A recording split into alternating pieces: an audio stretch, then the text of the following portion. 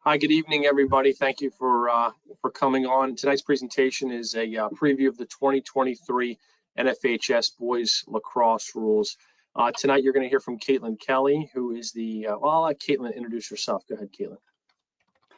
Hi, good evening. My name is Caitlin Kelly. I am the Senior Director of Sports Administration. So I'm the liaison at USAL for the rules and the NFHS Rules Committee. I'm going to kick it over to James. Good evening, everyone. My name is James Weaver. I'm the Director of Performing Arts and Sports for the NFHS, and I oversee the rule writing process for boys lacrosse at the high school level. Mr. Carbonneau.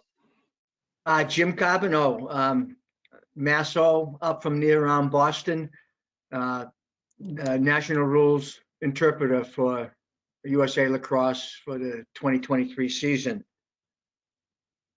So tonight's presentation, it's going to go through a preview of the rules. Jim and I have reviewed the press releases that have gone out in the rules books as well.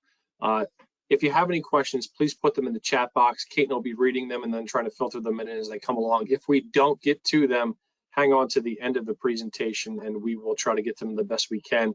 What we typically do is try to take all the questions from here and then include them in a future presentation in January, which we'll then try to distribute online. So if there's any corrections or if there's any new information that comes out from this, it'll probably be part of this presentation. Caitlin and James will release that information to everyone so they have that for the start of the season.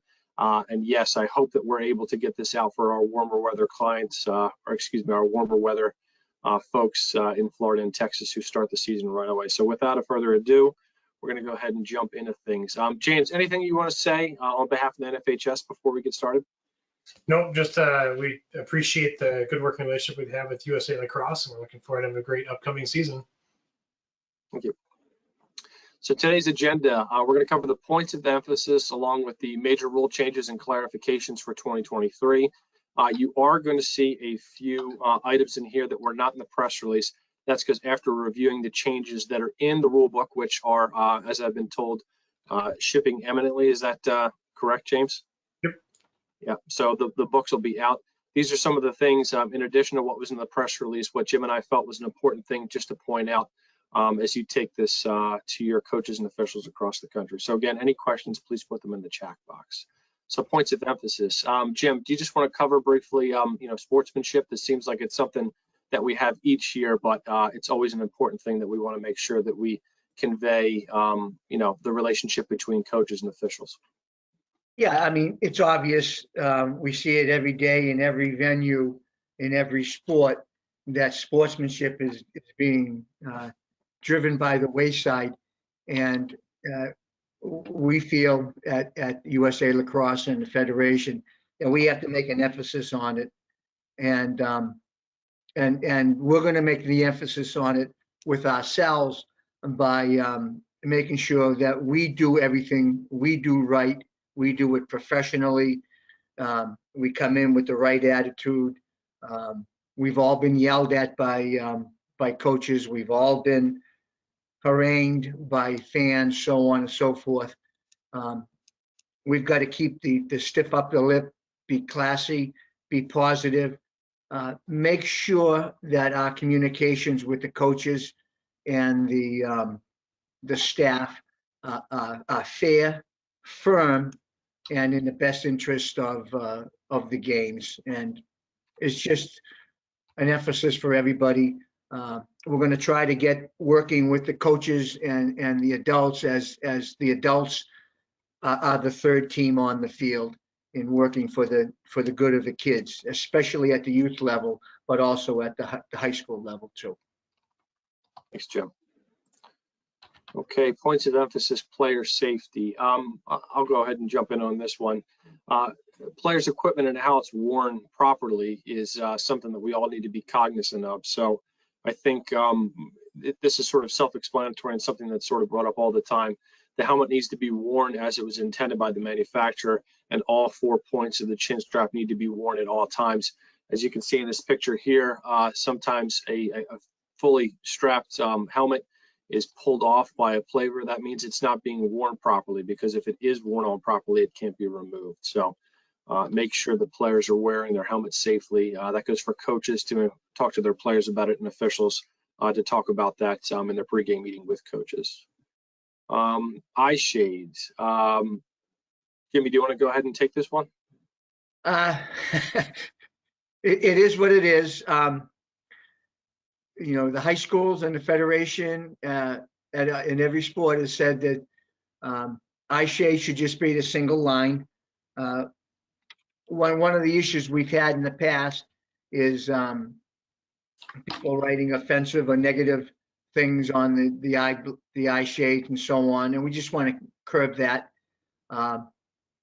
It is what it is. If we started early and make sure the coaches and players know in preseason and at the beginning of the games, it'll be something. It'll be taken care of.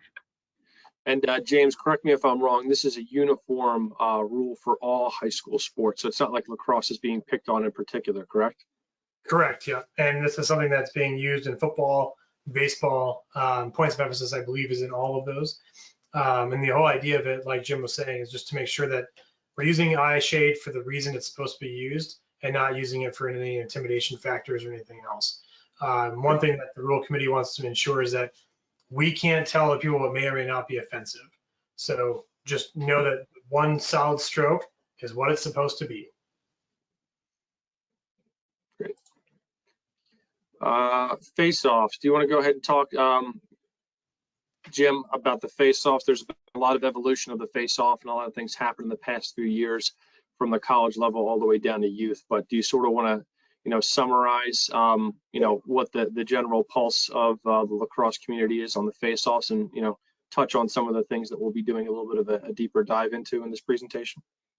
Yeah, the most important is get the ball out of the area quickly, either in a stick or out of the scrum area. The point of emphasis, you have to play the ball first. You cannot dive into and hit the player without playing the ball first. You may clamp the ball, move right to directed immediately. Now, we've discussed what immediately means, and it's within one step. It's what's been promoted at the college level, the pro level, and forcing it and making sure it happens at the high school level. If it's clamped, if the kid looks up and looks around, take the ball away from him. It's not immediate. He's controlled it and he hasn't moved it. It's a clamp, step, drag, pop. And it's same thing. We may not lie on the ball or trap it on the cross. Trapping it in the cross is where I said he clamps it, looks up to see where his players are so he can direct it to them. If he does that, he's withholding. It's clamp, drag, pop it out. Right. I'll take this one, running clock penalty. So under a running clock, when a penalty expires during a face-off, the player is not allowed to re-enter the game until the face-off is completed. It's a point of emphasis because it's a finer point of something that does happen in game. So we'll dive into this a little bit later, but that is one of the points of emphasis from the committee to make sure that this is discussed by officials and coaches so that it's well understood when it occurs in games. So with that, we're going to go ahead and jump into the major rule changes and clarifications this year. Again, any questions, please put them in the chat box and Caitlin will interject when she has a chance. Rule number one, Jim, do you want to talk about I guess sort of the clarification of continuous sidelines and end lines, maybe what we were seeing out there on existing fields, and then how it's handled from a penalty perspective? I know that this is one of the questions that was asked. How often can it happen? When is it addressed? And what are officials supposed to do? When they walk up to a field that is improperly marked. Yeah, for years we have not addressed this situation because with the idea of growing the sport and getting more and more people going, and with the emergence of turf fields everywhere, and there's only a certain amount of lines on turf fields, and especially if it's a football field, they don't do the extended lines, so on and so forth. And we've always kind of let it slide. Now that lacrosse is becoming more and more mainstream, I think we can all agree on that in many of the areas. It's felt that it's now necessary to have the full lines and have the full field so that it leaves everything that for straight and certain and no ideas of doubt. Was it over the line? Was it on the line? Where is the line? So on and so forth. So this is a nudge, a push to get the clearly marked fields 100% sidelines, end lines. And the penalty is much like it was with the midline. It's just simply loss of ball on the first possession. It's a push to get everybody to do the field lining correctly. And now that we have the paint that you can put the temporary paint and it washes off in a week or two or a rainstorm, no football coach is going to lose his mind that we are tarnishing his field when his football team comes on it. So we're looking at making it a full field and complete this year with this push. Great. And one of the other questions that came in about this too is how many times per game can this penalty be enforced? Just the opening faceoff. Just the opening faceoff. So only with the opening faceoff, not in the second quarter, second half, overtime, none of that, correct? Correct. And in some areas, local high school people, the MIAA in Massachusetts, they've waived certain rules, and sometimes this rule might be waived by your local. So make sure that if your state organizing body is in agreement with this, you make the call. If your organizing body has waived this, then it's not your call to make. Caitlin, do you want to go ahead and interject with maybe some questions that have come up? Sure. I didn't know if you wanted to keep them for the end or go back. James, I'm going to throw these questions, I think, to start to you. The first question is around the eye black and just asking how are other sports handling eye black since, teams do seem to violate this point of emphasis. And the person asking is concerned that if they do it in pregame, it will set a bad tone from the beginning. I just didn't know if you had any guidance from other sports. I will say in the women's game, this has been a rule for multiple years, and we remind the coaches in our pregame when we ask them if their players are legally equipped and in uniform that is part of it. And it's been a pretty established thing at this point on the women's game side. Yeah, and the eye black rule has not changed in the boys game. So the penalty, the expectation is all the same. It's just a matter of making sure that's an emphasis, so we avoid kind of having that war paint style thing being put on your face. And so nothing has actually changed for us, and it should be addressed in the pregame because you don't want to have it on during the game. So during the pregame, all the pregame mechanics, this is when that should be addressed. There's no bad tone. Go wash your face, put one swipe on, move along with the game. And the second question is also about a POE. It says, sportsmanship has been a POE for several years. What can be done or is being done at the state and local levels to communicate to the coaches, et cetera, on that topic? Mm-hmm. So the NFHS and all sports have started this campaign called Bench Bad Behavior. It's going to a lot of tools for the state associations to use. Make sure that our friends at US Lacrosse have it when it's all ready for lacrosse with those languages. But this is something that is not just a lacrosse issue. This is a across the board in every sport issue. Sportsmanship's a thing. It's gotten worse since the pandemic, and it's really become fan behavior has gotten worse, which then causes different sportsmanship issues on the field. So people just need to remember, like, we're all humans. Let's be nice to each other, and then just go play a good game. But I think there are some tools being created. I know US Lacrosse has a lot of resources on sportsmanship as well as the NFHS and the NCAA. So I would say use those resources to the best of our abilities. And then one quick follow-up question: what penalty should be used if the eye black is not addressed? Oh shoot! Well, let me grab my my rule book here. Hold on. You think I'd have that ready to go, but I don't. I will answer. I can answer it back in the chat box so everyone can see it afterwards. If you guys want to move on. Sure. All right, moving on. Rule change, the substitution area in the coaches box. Jim, do you want to sort of talk about, where the changes are, and then I guess maybe what they were changed from using the illustration we're looking at here on the screen? Yeah, the last few years, the substitution box has been 10 yards on each side of the midline. So if it's a football field, it's from the 40 to the 40.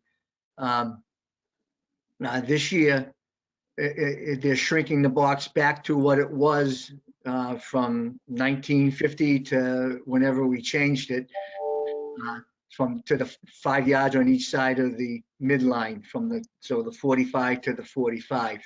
The thought process is a couple ideas. We want to keep it the same as the NCAA, the college, and have some continuation.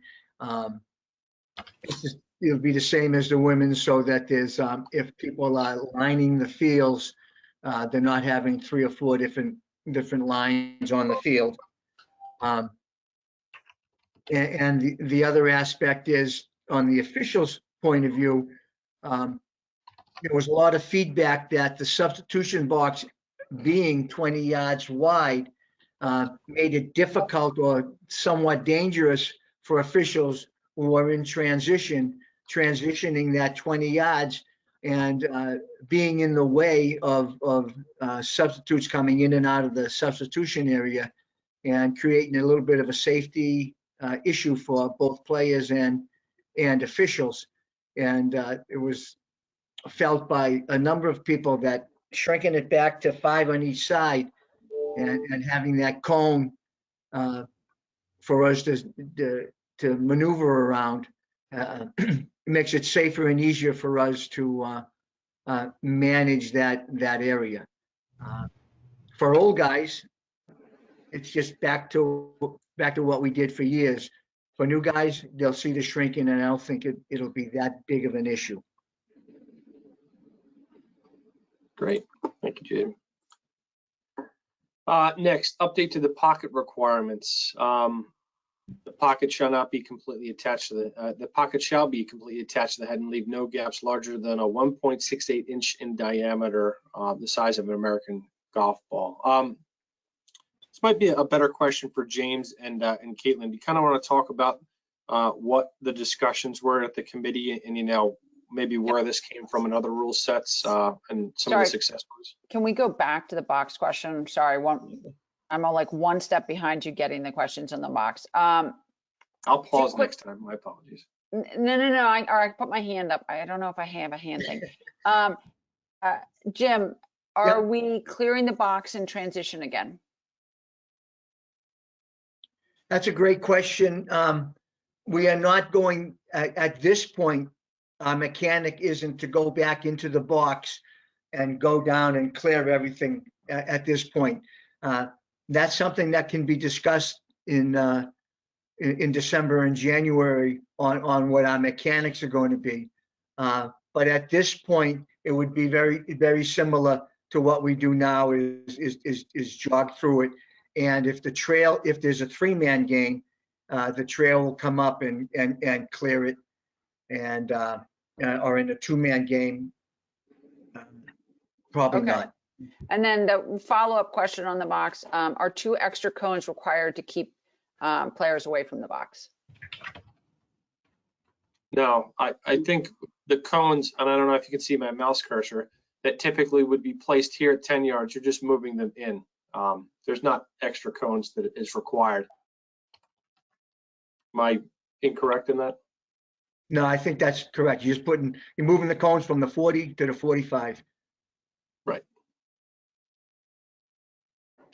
Anything else? Well, so they say, please address the coach's box as shown on the slide.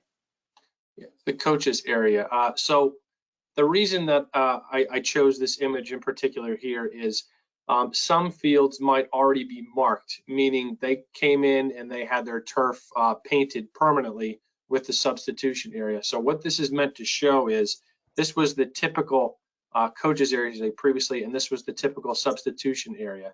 So all you would be doing is placing a cone here and here instead, and this additional area becomes part of the coaches area. That's all this is meant to show, because I know that that is going to come up, and people are going to, you know, assume, well, it's marked. What are we supposed to do? Just place the 2 cones 5 yards off the line.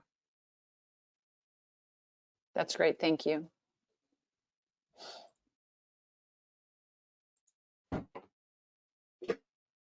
Do you want to cover this? Yes, please. Yeah, so what we've been starting to see, as this is a rule change that's happening before we start seeing a lot of issues, we started seeing issues with alternative stringing techniques where they're leaving a gap at the top of the cross where it passes the stick check, but then once they put some pressure, apply pressure, they can actually grab the ball with this alternative stringing technique. So by having the no gaps larger than 1.68 inches, it prevents that from happening. Great. And you'll see on that stick, the head of that stick, you'll see on that stringing that they've left out the 2 lines, the 2 areas that's supposed to be strung. And that, if you read in the rule book, it says has to be completely attached. So those, you look at that stick and right there, that is in violation of the rule where it says it must be completely attached. So that would be an illegal stick. Yep. And for those that do both girls and boys lacrosse, you'll notice that 1.68 inch deal is in both rule books as far as the gaps that are not allowed. Right, Caitlin? Consistency. Someone asked if you have to carry a golf ball. I do not think you need to carry a golf ball. No. But we were trying to give a commonly understood size of something in order to make a.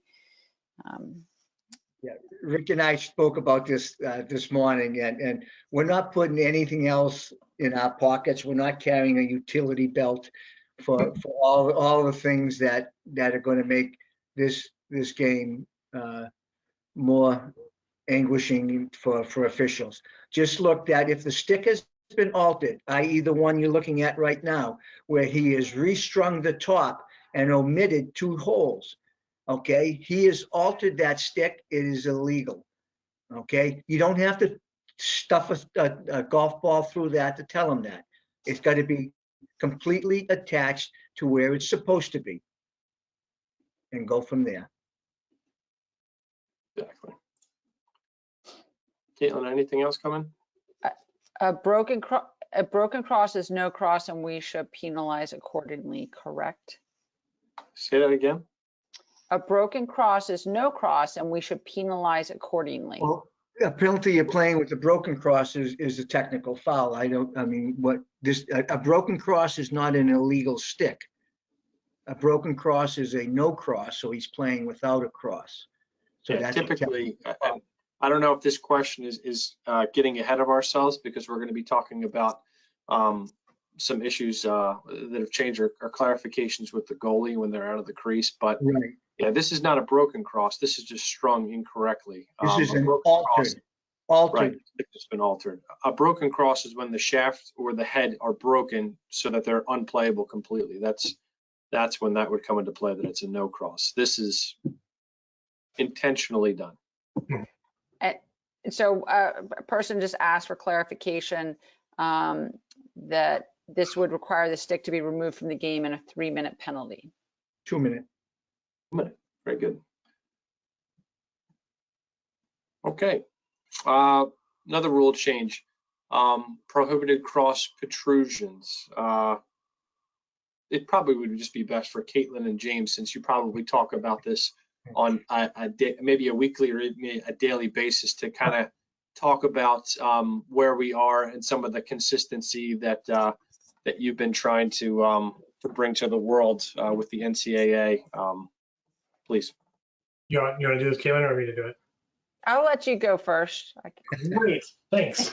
All right, so we started seeing some new stick designs hitting the market, and you'll see as noted on the screen, some of them have protrusions, and we had a big meeting with the manufacturers to talk about the safety issues that come with this. The protrusions on the particular sticks are easy to grab the face mask, they're easy to grab the shoulder pads and horse collar kids, just very easy to make those kind of things. So we sat down with everyone and came with a good definition I think everyone's okay with. And we said there's no protrusions or sharp edges allowed. And then the thing that I wanted to avoid is I don't want anyone bringing a protractor onto the field. Jim doesn't want golf balls. I don't want protractors, right? So we're not going to measure these things out. So what a protrusion is it's the cross shall not be able to hook on any part of the player's body, equipment, or helmet. The cross shall not penetrate the lacrosse helmet face protector that has been certified to meet the NOC standard at the time of manufacture. So basically, if this is able to hook onto equipment, it's an illegal stick. We should catch most of these before they hit the field, so I'm not super concerned, but at the same time, just know that if a stick is grabbing onto equipment while you see it in the field, that would be an illegal stick. Caitlin, what did I miss on there? I think you're good.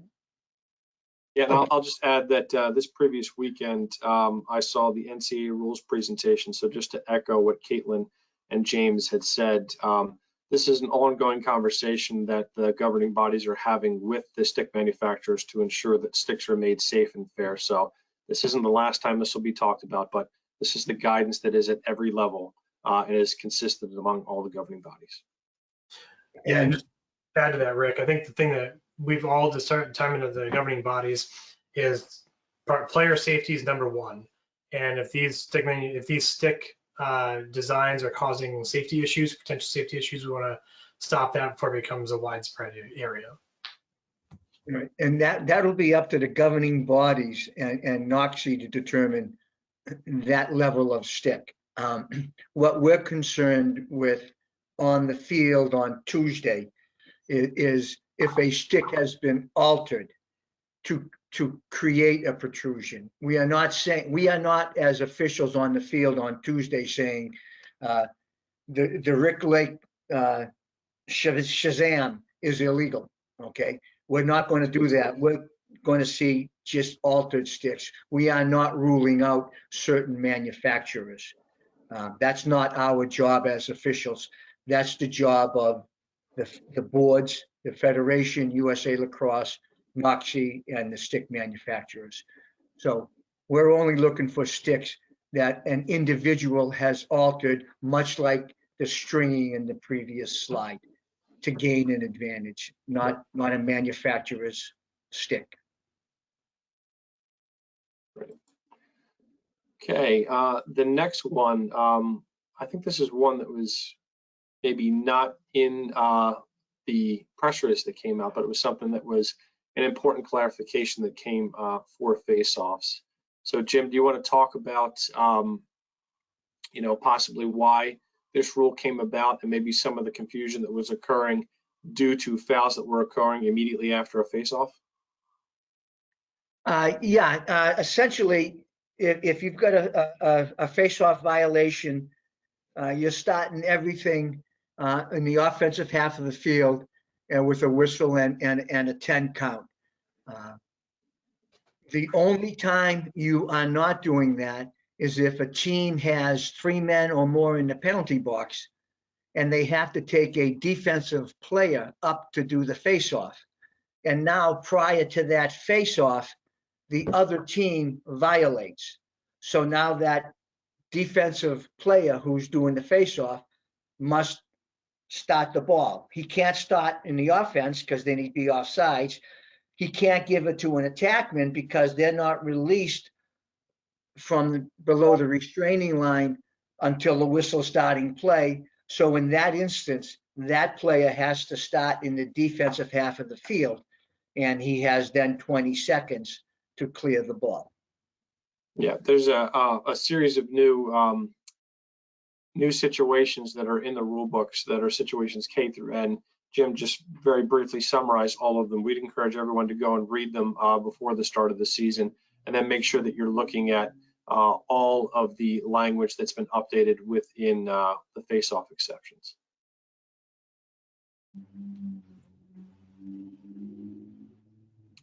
Clarifications on footwear. How many pages of the book were taken out to clarify what shoes can be worn in lacrosse games, James? 3 pages. 3 pages. We're saving trees. I could just talk about this one very briefly since it's not really in depth. Shoes have to be for lacrosse. You can't wear metal spikes within the shoes. And again here, just for clarification, it's a 1-minute penalty, non-releasable, if a player is wearing shoes that do not conform to the rules.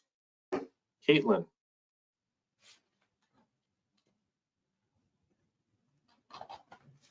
Yes.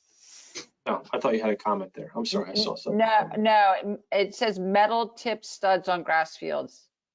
Is the question. If it has metal on it, it's a metal spike and it is illegal. Metal is metal. You got it. Metal is so 1970s. And then the follow-up question is, once the player serves the penalty, how do they get back on the field if they still have metal spikes? To come on the field, you have to be properly equipped. So if they were to come back into a game and found to have illegal equipment again, they're going to get another penalty. Thank you. All good? This is a huge clarification. It's What's easy. that? It's a huge update that makes it a lot easier for everybody. Yeah, it's something that's been a pretty much non-issue for a while, at least in my area, wherever I've officiated. I haven't come across metal spikes in years and years. Okay, this one is where we got the most questions beforehand, and probably is where we're going to get most questions from the attendees here. The major rule change or clarification, I guess you would say, about goalkeeper. So for the longest time, there was sort of some ambiguity within the rules. The rule now says a goalkeeper, when outside the crease, is treated like a field player. Further in Article 8, it says players suspended immediately if the goalie's stick or other mandatory equipment becomes broken in the crease, and that's underlined specifically. So Jim, do you kind of want to talk about that, maybe working from your crease outward toward the rest of the field to talk about what this rule change means? Yeah, and first, before everybody starts typing in a lot of things, we are aware that in 3 other areas of the rule book, it says that it must have a fully equipped goalie on the field at all times, and we're going to try to address that also. And we are aware of that, and we've been talking about this since August. But goalie in the crease has to have all his equipment. Without question, if he loses any piece of equipment in the crease, immediate whistle, making sure player safety. If the ball is in the crease, he gets the ball. If the ball is loose outside the crease, it's AP. If whoever has possession, if there's possession on the whistle, maintains possession. But the goalie safety can't lose anything in the crease, can't be in the crease without all his equipment. Once he leaves the crease, it has been determined that we should treat him like a field player. And that's the wording, is treated like a field player. So that if he is playing, if he has the ball in his stick and he's clearing and he loses his glove, what would we do if that was a field player, not the goalie? Right. And he had the ball. We'd blow the whistle, he'd put his glove on, and we'd continue playing. Okay, he's treated in that situation. If he loses his throat protector, he's a field player who had possession. He keeps possession. He keeps going. He goes out of the crease now, and he loses the ball, and he's playing a loose ball. Here we have a bit of an issue and situation that we have to address. He now checks a player's stick, trying to prevent him from picking up a loose ball, and his stick breaks. What do? Well, again, in the rule book, he's a goalie that must have all the proper equipment, yet he's out of the crease. So we have some contradictions. If the ball is loose and he is in the scrimmage area, what would you do if it was just a midfielder who broke his stick and was in the scrimmage area? Would you call a play on? You could. Would you blow the whistle for he's in the area playing without a stick? Just the fact that his body is in the way of other people, blow the whistle, illegal procedure, playing without a stick, other team ball. This is how you would treat the goalie in this situation. If he's in the area and he's involved and he's interfering, blow the whistle, give the ball to the other team. Now we have this situation. Do we have a quick restart? Now we have a dead ball. We have a goalie without equipment. It's determined that we're going to allow the goalie to get a stick, get his equipment, and get back in the crease, because we need a properly equipped goalie in the crease. Right, and this builds off of a rule change that I think was made in previous years, where there was some I guess confusion about what happens if sort of we have a scoring play which is imminent, if someone's in the scrimmage area. And I think the clarification is really looking to say that the goalie needs to be treated like everybody else, probably when they're outside of the scrimmage area and outside of the crease. Meaning that the way the rule book states it right now, if the attacking team has possession of the ball in the scrimmage area and someone from either team loses a piece of equipment, and it's not done, intentionally so that they can kill the play is to be stopped immediately so they can get that piece of safety equipment on. So that's where they're on the offense and defense. I think what this was looking to do is talk about goalies. We typically talk about how they're special, or they have special privileges within the crease. They lose those privileges when they go outside of it and further outside the scrimmage area. So, as Jim had mentioned, goalies are treated just like everyone else when they're outside of the scrimmage area, and if something were to happen to their equipment, and all the different instances in there. So, yeah, and that goes to the third scenario of now the offensive player has the ball in his stick and the goalie breaks his stick. Okay. What we don't want to do is kill the play and kill the scoring play for the offense. And that was I think the major intent of this change, to allow the offense to continue their offense when they have possession and the goalie breaks his stick or loses a glove, so on and so forth, loses a piece of equipment. So they want to allow the offense as long as the safety of the players is not endangered. So if the goalie breaks his stick, the attackman of the midi, offensive midi, has possession and continues moving away from the goalie with the broken stick, much like any other player. We allow the play continue to give them, for them not to lose that advantage. Right, and Jim, let me interject with a couple questions too. This had come beforehand, and I know we have some questions coming in, but I think we're probably going to answer a lot of them. Somebody wrote in an excellent question. If a goalkeeper breaks his stick competing for a ground ball outside of the crease, how is possession awarded? So for this, let's just assume that we're in the scrimmage area. The goalie is competing for a ground ball, loses a piece of his mandatory equipment. The ball is loose. How is possession awarded? Okay. Is the answer. You want to answer that, or you want to? Yeah, the answer would be that's going to go to AP, because if we have a piece of lost or broken equipment, the ball is loose in the scrimmage area, we go to AP. And if I'm wrong about that, I apologize. No, that's in the old rule book. It's the AP. We just don't. We have to kill the play. The ball's loose. AP.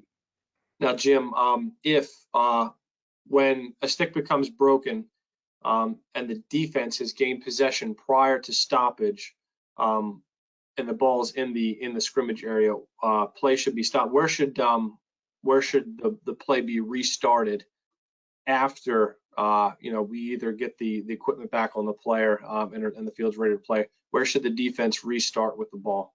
The defense, by rule, can start anywhere in the defensive half of the field. They don't have to take it out of the box. They don't have to move it anywhere. We can restart the defensive player at the spot, again, with people 5 yards around. Correct. Now let's take that situation, and as a stick breaks in the scrimmage area, a player on the offense gains possession of the ball prior to the stoppage occurring. Let's say that they were right in front of the goal. Where is play going to restart by rule? Okay, if we kill it and they haven't taken a shot, it's going to go out in the alley. Exactly. Okay, so that was one of the questions that came in. But Caitlin, do you want to go ahead and ask some of the questions that have been coming in from the audience? So 2 questions around potentially what happens if the goalie purposely drops their glove or their cross. Well, now you have a conduct or an unsportsmanlike. Okay. Next one. What if the goalie's out of the crease and loses his throat guard? He then runs back into the crease without the throat guard. Do we stop play? Yes, and this is the conundrum we have with this rule. Yes, if the goalie loses any piece of equipment and starts heading toward the crease, kill the play. If it's a loose ball, kill the play. If he's behind the attackman who's got an open shot, let the attackman get the open shot. But if he's heading toward the crease and he's going to be between the ball and the crease, you got to kill the play. And if it's a loose ball, it's going to be illegal procedure, offense ball. If the offense has the ball, it's going to be illegal procedure, flag down, 30-second, which Awesome. then opens up a bigger can of worms. And I can hear everybody typing in those things.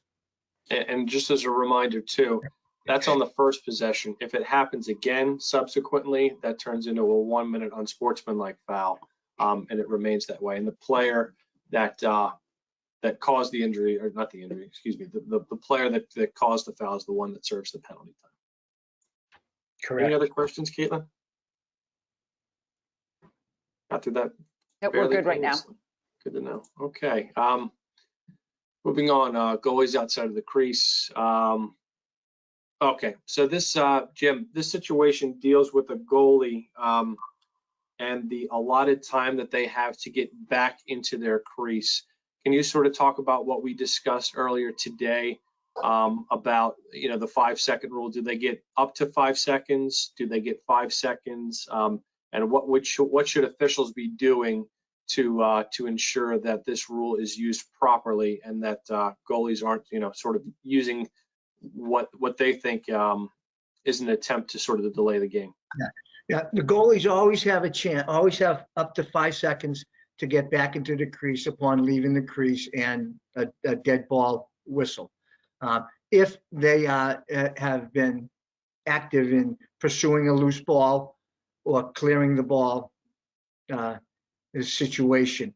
I guess we've had some issues or incidences where goalies have left the crease to just delay the game and allow middies to substitute or a different defenseman to cover the attackman with the ball, so on and so forth. And this is why this has been put in. And you don't say, well, you're only going to get 2 seconds this time because of it. It's if he is deliberately delaying the game by randomly leaving the crease to then demand 5 seconds to get back in. We use our managerial skills and have a talk with him and his coach that he's delaying the game, and that could be a conduct foul or a legal procedure. delay a game, and move on from that. But we're not going to say to the goalie, well, because of that, you're only getting 2 seconds next time. No, we'll give him the proper amount, up to 5 seconds, to chases the ball to the end line. He doesn't get it, he heads back, you give him the count, he gets in, we're good. He clears the ball, he loses it, or whatever happens, the ball goes out of bounds, he gets his 5 to go back.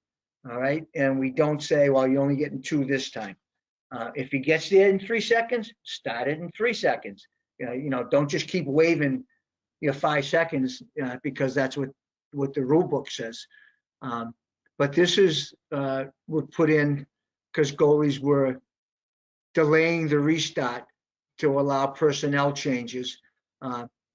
Fool me once, I'll give you a warning. Fool me twice, I'm giving you a conduct.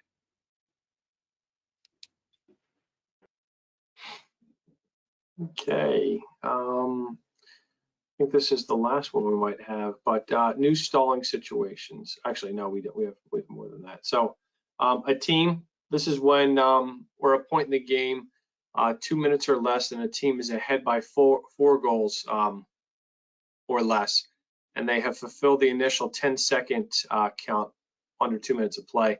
A1 shoots the ball deflects off a goal pipe, comes to rest in the goal area, and then A2 causes the ball to leave the goal area. It says ruling stalling. James, do you want to, or Jim, do you want to kind of talk about the clarification that occurred, and I guess maybe what was happening in the past that was causing some confusion?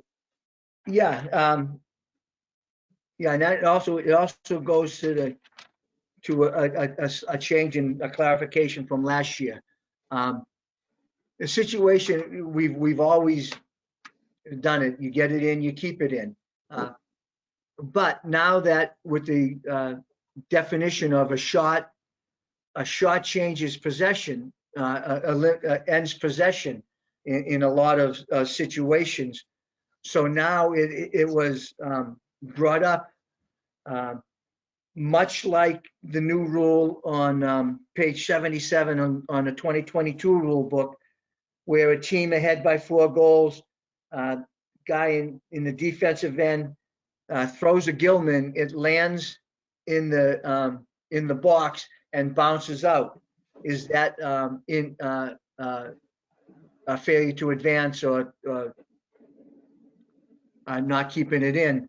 And for years we said, yeah, that's illegal.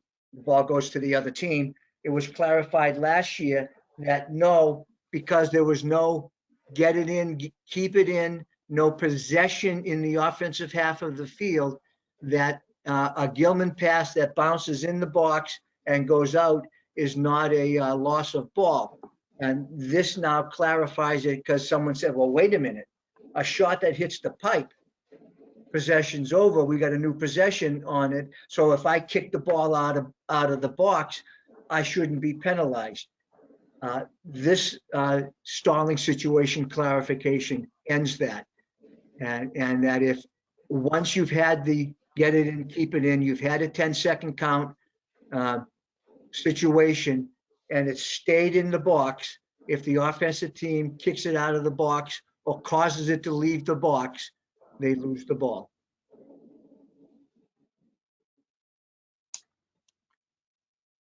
Questions, doubts, fears? None. The release of penalties during a running clock situation. Jim, do you kind of want to talk about, I guess, how this came up and I guess the guidance? Again, this only has to do with running time penalties. So we're in a situation where the clock is running and it's going to be remaining running for the rest of the game. Yeah, this was something that we had in our mechanics and what we did without having a rule to back us, where, the goal would be scored. We send the ball up the field, and we tell the table and the bench, penalties released on possession after the face-off. But we had nothing to back that up on. And so one coach said, well, show me the rule. Well, now you can. That's perfect, Jim. Great. Any questions there? Nope, we're good. Okay, great. I think that sort of does it for the presentation. I do want to take a chance to thank two people who helped with the U.S. Lacrosse Rules Committee and the NFHS for a long time, Dave Simon and Walt Munsey. I had the pleasure of working with both of those gentlemen for a number of years, and they have done a lot for the lacrosse community, not just at U.S. Lacrosse and the NFHS, but with the NCAA for a long time. So Dave and Walt, I know that you guys are out there listening, and I just want you to know how much I appreciated my time with you, and I know James and everyone on the call here would say the same. Absolutely. Yeah, Walt's been my mentor, guidance, and Dave's been my sidekick. Best friends, good people. Caitlin, anything else from the group? Nope, and we'll pull the questions that haven't been answered, and we can add them into LaxCon. I'll send them to you all for the LaxCon PowerPoint too. Okay, great. So with that, if you do have any questions, please send them in to Caitlin or any of us that are on the call here today. Caitlin would be happy to pass them along to the committee, and there's plenty of time for us to address these prior to the start of the season. And one of the things that we want to do as well is all the state rules interpreters out there, Jim and I want to establish contact with them and make sure that if you guys in the lacrosse community have questions, you're reaching out to your state rules interpreters, and then we want to hear from the state rules interpreters as well, so that we can find out what issues or clarifications need to be made to the rules, so we can try to bring some consistency out there. So you'll probably be hearing more of that at a local level, but Jim and I are going to be looking forward to trying to reach out to the state rules interpreters to introduce ourselves. I know that they probably maybe have come across my path once or twice and probably know who Jim is, but I think it's important just to put that out there, that you're reaching out, asking questions of your local association, local coaches associations, and then reaching out to your state rules interpreters when you have questions, so that we, the rulemaking bodies, can get it right or know what we need to fix in the rule books, in the future. Right. If there's something in the rule book that you think needs to be cleaned up, fixed, get it to us. Let's start a conversation. June of 2023, we're going to sit down saying, how can we make this a better rule book so that we can officiate a better game? I'll just add from a administrative side. One, this is recorded, so we will have this recording available. If you want to share it or reread it or go back and take notes, that will be available. And as Rick said, if you have questions that you want us to cover at LaxCon in the larger interpretation, please reach out and you can send them to me at ckelly@usalacrosse.com, and I'll make sure that we are prepared to cover all the topics and questions there. Great, thank you. Two quick questions that came up that they were submitted beforehand. One was related to the Q collar. Caitlin and James, do you kind of want to talk about what the Q collar is? It's something that people were wondering, are we going to see it out on the field this year? And what's going to happen if coaches or officials should see it? You want me to? You want me to go on this one? I can go. So yeah, he took protrusions. You have to take the Q protrusions. collar. I feel like I should take Q collar. Fine, go for it. I'm good. Yeah. The Q collar is currently legal for play at the high school and youth level, and actually both boys and girls. It is a product that is alleged to help mitigate concussive force and mitigate the risk of concussion for players. It has been cleared or defined by the FDA as a medical device. And so within the rule book language, as a medical device that does not pose a threat of injury to other players or to the self, it is currently legal. It's also legal at the collegiate level. Yeah, at the NFHS level, we say it's permissible. So we don't want to get it confused with other parts of the equipment. So this is a permissible piece of equipment. Agreed. So with that, we'll probably hang on here for another minute. If you have some questions, feel free to put them in the chat box. Otherwise, I just want to say thank you on behalf of US Lacrosse, the NFHS, and the rules committees. Good luck this season. And again, if you have any questions, please reach out. Good enough. Thank you. Thank you, everybody. Thank you all.